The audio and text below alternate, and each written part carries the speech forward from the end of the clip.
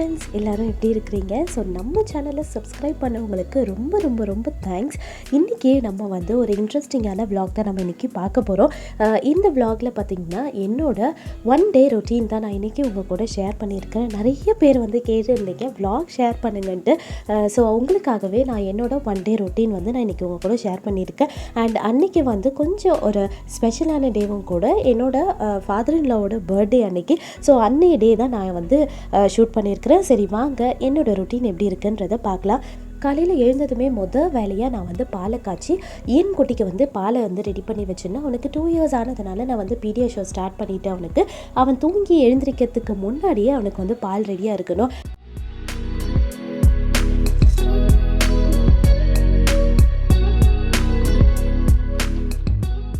Same time வந்து நானும் காஃபியை வந்து ரெடி பண்ணிவிட்டு நான் காஃபியும் குடிச்சிட்டு அவனுக்கும் பாலை குடிச்சிட்டு நான் வந்து பிரேக்ஃபாஸ்ட்டை வந்து நான் ஸ்டார்ட் பண்ணிவிட்டேன்.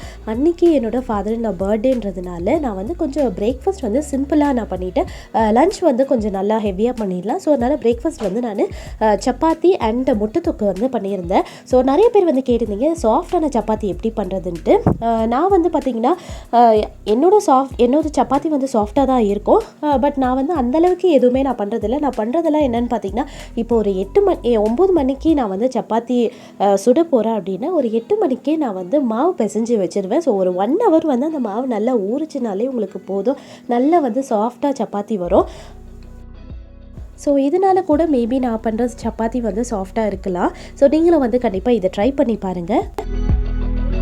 நான் வந்து சப்பாத்தி மாவு எப்போ பிசைறதா இருந்தாலுமே கண்டிப்பாக நான் நிறைய மாவு போட்டு தான் பிசைவேன்.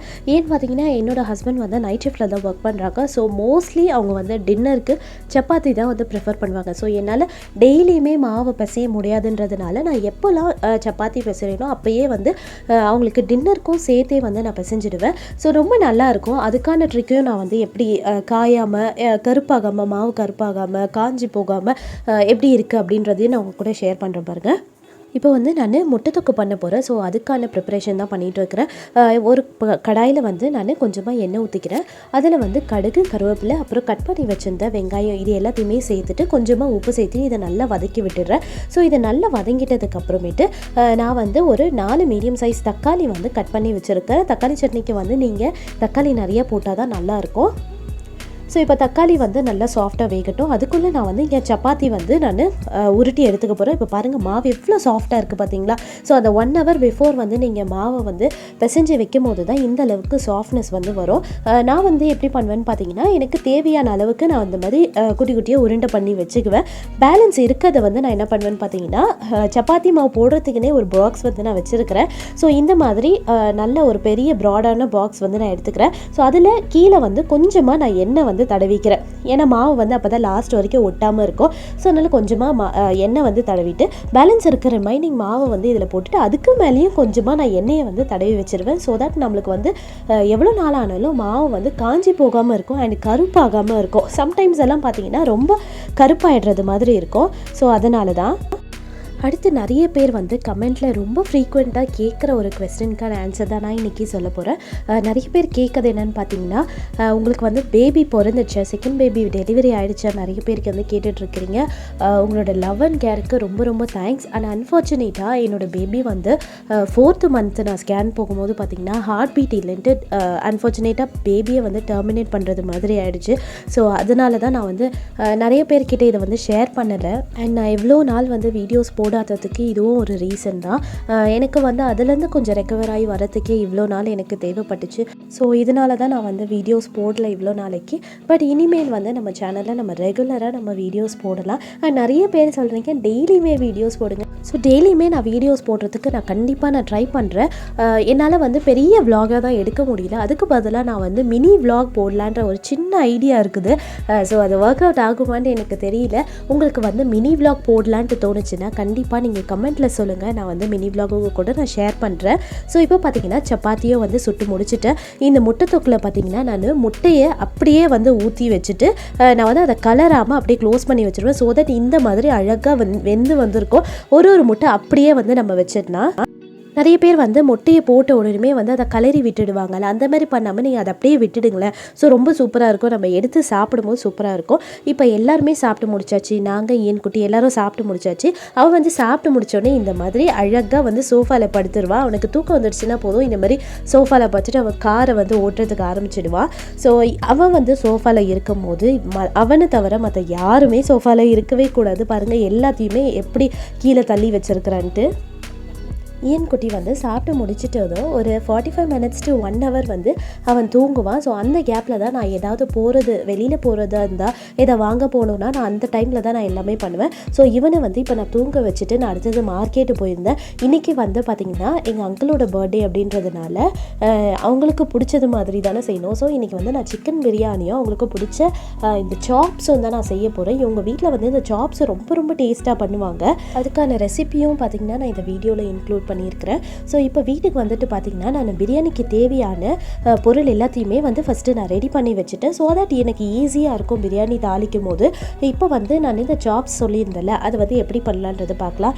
நான் வந்து ஒரு குக்கரில் இந்த சாப்ஸை எல்லாத்தையுமே வந்து கழுவி நான் வந்து இந்த குக்கர்லேயே போட்டுறேன். நான் இந்த சாப்ஸ் பார்த்திங்கன்னா நீங்கள் வெறும் சாப்ஸ்ன்னு கேட்டிங்கனாலே தருவாங்க, அவங்க தட்டி கூட தருவாங்க. ஸோ அப்படி இருந்தால் தான் நம்மளுக்கு வந்து நம்ம ஃப்ரை பண்ணி எடுக்கும் போது ரொம்ப நல்லாயிருக்கும். ஸோ இந்த சாப்ஸில் வந்து பார்த்திங்கன்னா கொஞ்சம் மஞ்சத்தூள், 1 டீஸ்பூன் மிளகாய்த்தூள், இஞ்சி பூண்டு பேஸ்ட்டு, அதுக்கப்புறம் கொஞ்சமாக உப்பு சேர்த்துட்டு ரொம்ப அளவாக தான் நம்ம தண்ணி ஊற்ற போகிறோம். கொஞ்சம் தான், ஏன்னா இது அடிப்பிடிக்கக்கூடாதுன்றதுனால கொஞ்சமாக தான் நான் தண்ணி ஊற்றுறேன்.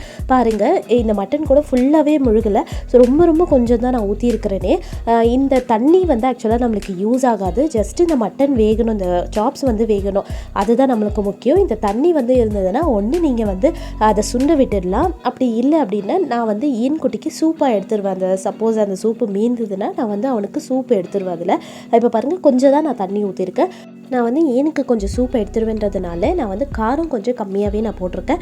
இப்போ பார்த்திங்கன்னா இதை நான் விசில் விட்டுறேன். ஒரு 5 to 7 விசில் வந்து நான் தாராளமாக விட்டுடலாம். நல்லா வேகணும் நம்மளுக்கு, அதுக்குன்னு ரொம்பவும் வந்து வெந்துடக்கூடாது. ஸோ இப்போ அது வந்து விசில் வரத்துக்குள்ளே நான் வந்து இங்கே பிரியாணியும் நான் தாளிச்சிடுறேன். அதுக்கு எண்ணெய் ஊற்றிட்டு பட்டை, லவங்கம், ஏலக்காய் இந்த 3 தான் போடுவேன். நான் பே லீஃப் கூட நான் போடுறதில்ல. போட்டுட்டு நம்மளுக்கு வந்து வெங்காயம், பச்சை மிளகாய், இஞ்சி பூண்டு பேஸ்ட் இது எல்லாத்தையுமே சேர்த்துட்டு நல்லா ஃப்ரை பண்ணிவிட்டு அதுக்கப்புறம் தக்காளி, புதினா, கொத்தமல்லி தழைகள் இது எல்லாத்தையுமே சேர்த்துட்டு இன்னும் நல்லா வந்து இதை ஃப்ரை பண்ணிடுறேன். நான் கொஞ்சமாக வந்து மஞ்சத்தூள் சேர்த்துட்டு நீங்கள் வந்து வதக்கி விட்டிங்கன்னா உங்களுக்கு தக்காளி வந்து சீக்கிரமாக வேகும். இப்போ வந்து இந்த சாப்ஸுக்கு நம்ம வந்து ஒரு பேட்டர் வந்து ரெடி பண்ணணும், அதை தான் நம்ம பார்க்க போகிறோம். இப்போ வந்து பார்த்திங்கன்னா நான் வந்து 1/2 கிலோ சாப்ஸ் எடுத்துக்கிறேன். அதுக்கு வந்து எனக்கு ஒரு 2 முட்டை கரெக்டாக இருக்கும், நம்மளுக்கு கொஞ்சம் கூட மீறாது. இந்த 2 முட்டையுமே சேர்த்துட்டு நல்லா இந்த மாதிரி ஒரு ஃபோக்கு வச்சுட்டு நல்லா பீட் பண்ணுங்கள். இதில் வந்து முழு முட்டையுமே நம்ம சேர்த்துக்கணும், மஞ்சக்கரு வெள்ளைக்கரு ரெண்டுத்தையுமே சேர்த்துக்கணும். அடுத்ததாக பார்த்திங்கன்னா நான் ஒரு பெரிய வெங்காயம் இதில் நான் ஆட் பண்ணிக்கிறேன். இந்த வெங்காயத்தை நீங்கள் வதக்கி போட்டாலுமே நல்லாயிருக்கும், அப்படியே போட்டாலுமே நல்லாயிருக்கும். பட் ரொம்ப ஃபைனாக வந்து நீங்கள் சாப் பண்ண குட்டி குட்டியாக நம்ம சாப் பண்ணிடணும். அடுத்ததாக பார்த்திங்கன்னா கொஞ்சமாக கருவேப்பிலை, அதுக்கப்புறம் நான் வந்து ஒரு 1.5 பச்சை மிளகா வந்து இதில் நான் சேர்த்துக்கிட்டேன். அதுவும் வந்து குட்டி குட்டியாக நான் கட் பண்ணிவிட்டு சேர்த்துக்கிட்டேன்.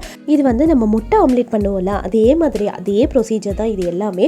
கொஞ்சமாக மஞ்சத்தூள், 1 டீஸ்பூன் மிளகாய்த்தூள், அடுத்தது நான் வந்து பட்டை, லவங்கம், ஏலக்காய் பொடி வந்து கொஞ்சம் பிஞ்சு தான் நான் சேர்த்துக்கிறேன், ஏன்னா வாசனை சூப்பராக இருக்கும். அடுத்து கொஞ்சமாக வந்து உப்பு கலந்துட்டு இது நீங்கள் நல்லா வந்து கலந்து விட்டுக்கோங்க. உப்பு பார்த்து போட்டுக்கோங்க, ஏன்னா நம்ம சாப்ஸ்லேயும் போட்டிருக்கோம், இதுலேயும் போட்டால் ரொம்ப ஜாஸ்தியாக எடுக்கக்கூடாது, நல்லா பார்த்து போட்டுக்கோங்க. இப்போ உப்பு காரெல்லாம் பார்த்துட்டதுக்கப்புறம் நான் வந்து ஒரு 1.5 டீஸ்பூன் மைதா மாவை வந்து இதில் நான் சேர்த்துக்கிறேன். மைதா மாவை சேர்த்துட்டு இது கொஞ்சம் கூட கட்டி இல்லாத மாதிரி நல்லா இதை வந்து கலந்து விடுங்க. மைதா மாவு சேர்க்கறதுனால நம்மளுக்கு வந்து இந்த கோட்டிங் ரொம்ப நல்லா வரும் நம்மளுக்கு. ஸோ அதனால தான் இதில் மைதா மாவு சேர்க்கறது. கொஞ்சம் கூட கட்டி இல்லாத மாதிரி நல்லா இதை கலந்து எடுத்துக்கோங்க. வெங்காயம் வந்து ரொம்ப சின்னதாக வெட்டுங்க, இல்லைன்னா நம்மளுக்கு வந்து அங்கங்கே பெருசாக இருக்கிறது மாதிரி இருக்கும். ஸோ இப்போ பாருங்கள், சாப்ஸ் வந்து நல்லா ஒரு 7-8 விசில் வந்துடுச்சு.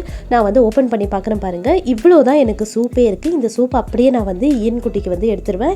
அவனுக்கு வந்து தாளித்து நான் வந்து அவனுக்கு சாப்பாடு ஊட்டி விட்டுடுவேன். உங்கள் வீட்டில் வந்து இந்த மாதிரி குழந்தைங்க இல்லை அப்படின்னா நீங்கள் வந்து என்ன பண்ணலான்னா சுண்ட விட்டுடுங்க இந்த தண்ணியை.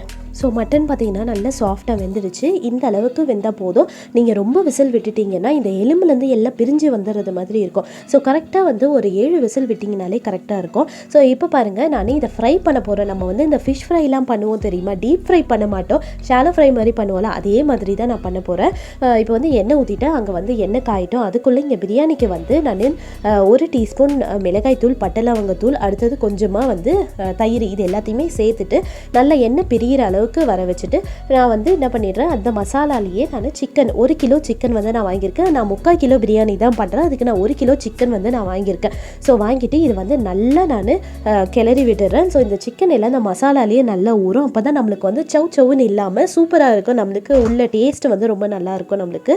நான் வந்து இன்றைக்கி ஜீரக சம்பா அரிசியில் தான் பிரியாணி பண்ண போகிறேன். அதுக்கு வந்து 1 கிளாஸ் நீங்கள் அரிசி எடுத்திங்கன்னா 1.5 கிளாஸ் தண்ணி ஊற்றணும். ஸோ நான் அளவாக தண்ணி ஊற்றிட்டேன். நான் தண்ணி கொதிச்சோடனே நான் அரிசி போட்டுறேன். ஸோ இந்த சைடு பார்த்திங்கன்னா எண்ணெய் நல்லா வந்து சூடாயிடுச்சு. இப்போ பார்த்திங்கன்னா இந்த சாப்ஸ் நம்ம வேக வச்சுருந்தோம்ல, அதையோ இந்த முட்டை வந்து நம்ம பேட்டர் மாதிரி பண்ணி வச்சுருந்தோம்ல, இந்த முட்டை அடித்து வச்சுருந்தோம்ல, அதை வந்து ஃபுல்லாக இதில் வந்து நல்லா கோட் பண்ணிவிட்டு நான் வந்து இந்த எண்ணெயில் நம்ம ஃபிஷ்ஷு ஃப்ரை பண்ணுவோம் தெரியுமா, அந்த மாதிரி நம்ம போட்டு வச்சுருந்தோம். அடுத்து வந்து இந்த முட்டைக்குள்ளே நம்ம வந்து இதை நல்லா விட்டு எடுக்கும் போது பார்த்திங்கன்னா இந்த வெங்காயம் தக்காளியில் அப்படி கீழே இருந்துறது மாதிரி இருக்கும். முட்டை மட்டும்தான் அதுக்கு மேலே கோட் ஆகும். நீங்கள் வந்து என்ன பண்ணணும்னா அந்த வெங்காயம் தக்காளி எல்லாத்தையுமே வந்து அதுக்கு மேலே வச்சு விடணும். ஸோ அப்போ தான் வந்து நம்மளுக்கு நல்லா இருக்கும். அதை சாப்பிடும்போது இந்த வெங்காயம் டேஸ்ட்டு எல்லாமே சேர்ந்து ரொம்ப ரொம்ப நல்லாயிருக்கும். இது இப்போ அந்த சைடு வந்து எனக்கு பிரியாணியே தண்ணி கொதிச்சிடுச்சு. நான் வந்து அரிசியும் போட்டுட்டேன். இப்போ வந்து இதை திருப்பி விடுறேன் பாருங்கள். ஸோ இந்த அளவுக்கு நம்மளுக்கு வந்து நல்லா வெந்திருக்கும். உள்ள சூப்பராக இருக்கும் இது சாப்பிட்றதுக்கு. நிறைய பேர் வந்து பிரியாணிக்கு இது வந்து ரொம்ப நல்லாயிருக்கும். அடுத்து சாம்பார் சாதத்துக்கு இன்னுமே சூப்பராக இருக்கும். ஸோ கண்டிப்பாக இதை வந்து நீங்கள் ட்ரை பண்ணி பாருங்கள். இதில் வந்து நம்ம முட்டை போட்டிருக்கிறதுனால கொஞ்சம் எண்ணெய் வந்து பொங்கி வர்றது மாதிரி இருக்கும். ஸோ நீங்கள் வந்து அழகாக இதை வந்து பொரிச்சு எடுத்தாச்சு. ஸோ இந்த பாருங்கள், கொஞ்சம் கூட எண்ணெயும் பிடிக்காது. அவ்வளோ ஒரு டேஸ்டியாக இருக்கும். நம்மளுக்கு சாப்பிடும் போதே அவ்வளோ சூப்பராக இருக்கும். ஸோ ரிமைனிங் இருக்கிறதையும் நான் வந்து ஃபுல்லாகவே அந்த எண்ணெயிலே போட்டு நான் ஃப்ரை பண்ணிடுறேன்.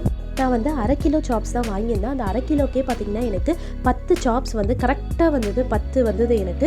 ஸோ அந்த 1/2 கிலோ சாப்ஸுக்கு நான் 2 முட்டை போட்டிருந்தேன். நான் ஃபஸ்ட்டே சொன்னது மாதிரி நமக்கு கொஞ்சம் கூட மீறாது. கரெக்டாக இருக்கும். 2 முட்டை நீங்கள் போடும்போது ரொம்ப கரெக்டாக இருக்கும். ஸோ இப்போ பாருங்கள், இந்த சாப்ஸ் வந்து ரெடி ஆகிடுச்சு. அவ்வளோ ஒரு டேஸ்ட்டாக இருந்தது சாப்பிடும் போதே.